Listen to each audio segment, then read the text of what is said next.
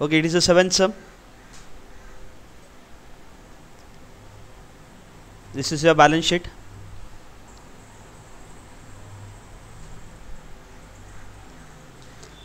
The company decide to buy back the maximum equity shares as many permit at a price of 20 per shares.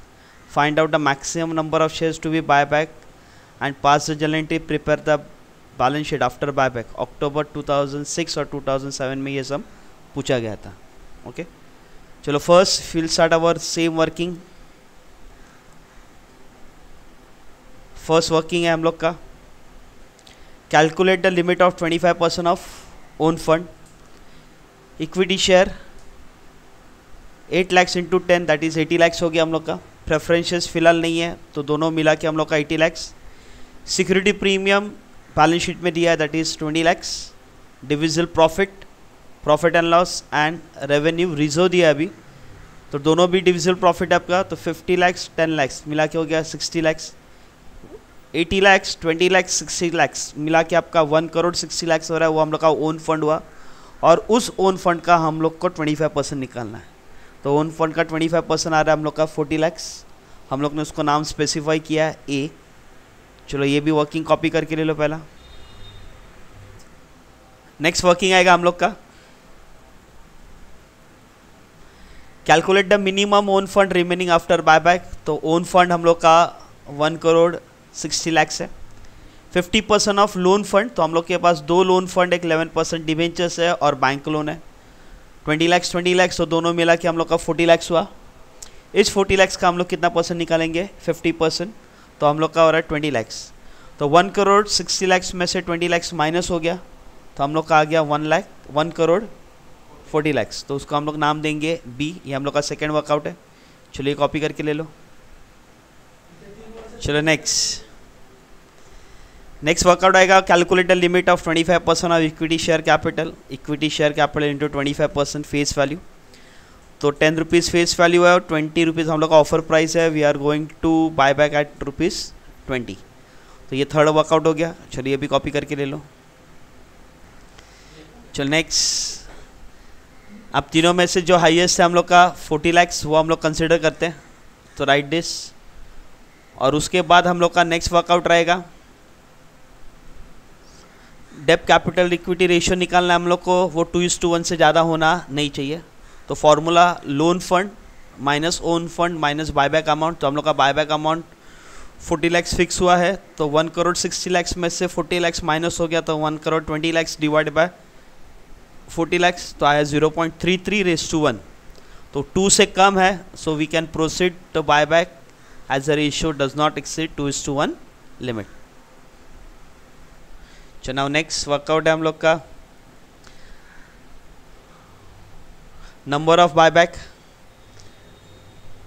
Buyback of shares that is 40 lakhs हम लोग का amount है divide by 20 तो हम लोग 2 lakh shares buyback कर सकते हैं.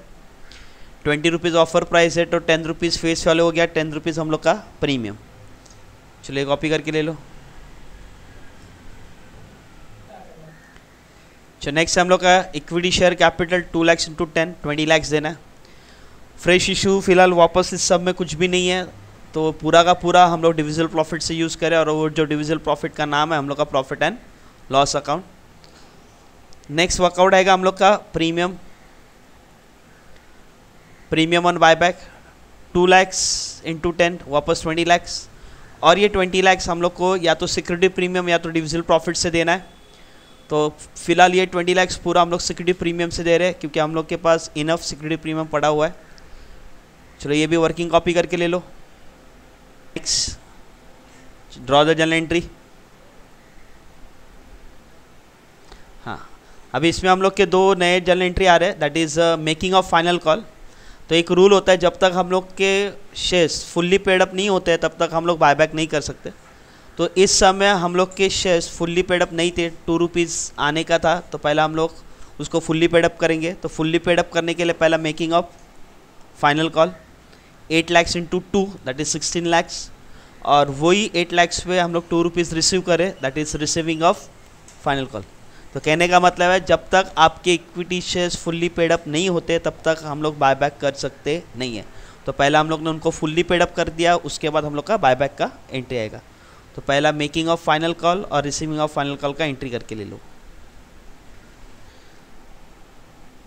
अभी दो हम लोग का कॉल फाइनल कॉल करने के बाद फुल्ली पेड अप हो गया shares. Now buyback of equity shares, next आएगा प्रीमियम ऑन बायबैक। तो फर्स्ट है equity shares capital account debit, premium on buyback to equity shareholders 20 lakh दोनों का प्लस करके 40 लाख आ गया। उसके बाद प्रीमियम ऑन बायबैक है हम लोग का, जो हम लोग ने सिक्योरिटी प्रीमियम यूटिलाइज किया है 20 lakh to premium on buyback account.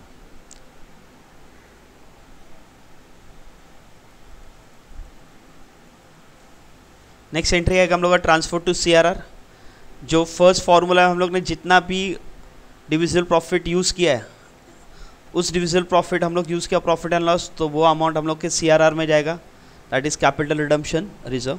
और उसके बाद हम लोग का पे ऑफ का एंट्री करना है। पे ऑफ मतलब we are paying back the amount to the equity shareholders including premium, that is 40 lakh. तो नेक्स्ट हम लोग का अभी बैलेंस शीट बनाना है। तो फर्स्ट ये बैलेंस शीट का फॉर्मेट बना के लीजिए। Equity and liability share holders fund मैंने एरो करके 2 लिखा है, इसके लिए आपको 2 लाइन छोड़ना है। नॉन करंट लाइबिलिटी 2 लाइन छोड़ना है, करंट लाइबिलिटी 1 लाइन छोड़ना है। फिर एसेट्स आएगा, non current assets 2 line, non current investment 1 line और करंट एसेट्स 3 लाइन। चलो अभी उसके नीचे हम लोग नोट्स ऑफ अकाउंट बनाएंगे। फर्स्ट आएगा हम लोग का इक्विटी शेयर कैपिटल ऑथराइज, ये सब में दिया हुआ है तुम लोग का 10 lakh equity shares of 10 each, that is 1 crore. हम लोग के 80,000 इक्विटी शेयर्स थे, उसमें से 8 लाख थे, 2 लाख हम लोग के बायबैक हो गए, तो अभी हम लोग के पास 6 लाख बचे। तो 6 lakh into 10 that is 60,000 equity shares, 60 lakh. तो ये हम लोग का शेयर कैपिटल हुआ। शेड्यूल ये बना के लीजिए पहला।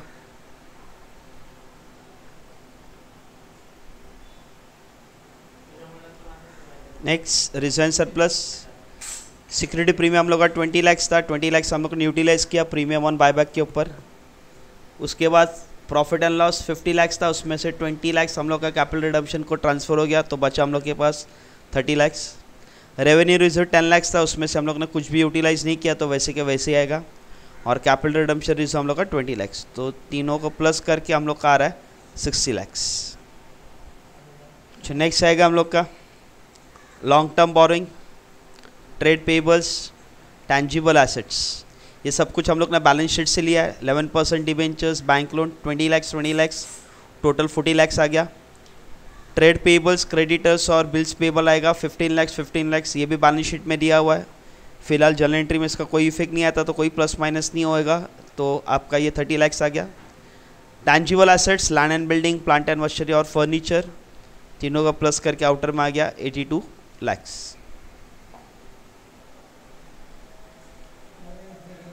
चलो नेक्स्ट, नॉन करंट इन्वेस्टमेंट में इन्वेस्टमेंट आएगा 15 लाख, इन्वेंट्रीज में आएगा स्टॉक 20 लाख, ट्रेड रिसीवेबल में आएगा डेटर्स और बिल्स रिसीवेबल 47 लाख और 10 लाख दोनों का मिला के 57 लाख। अब cash and cash equivalent important है। हम लोग के पास बैंक था 40 लाख, उसमें 16 लाख प्लस हुआ फाइनल कॉल का और माइनस हुआ 40 लाख हम लोग का जो हम लोग ने बायबैक अमाउंट पे किया, तो प्लस माइनस करके हम लोग का जो बचा है दैट इज़ 16 लाख। नेक्स्ट हम लोग का ये जो अभी नोट्स ऑफ अकाउंट है उनका टोटल जो हम लोग ने बैलेंस शीट बनाया वो आपको पोस्ट करना है। आगे देखते हैं हम लोग लास्ट पार्ट। और आपका दोनों बैलेंस शीट का टोटल मतलब लाइबिलिटी और एसेट्स का टोटल सही होना चाहिए। आपका बैलेंस शीट टैली है, आपका सम राइट है। Thank you.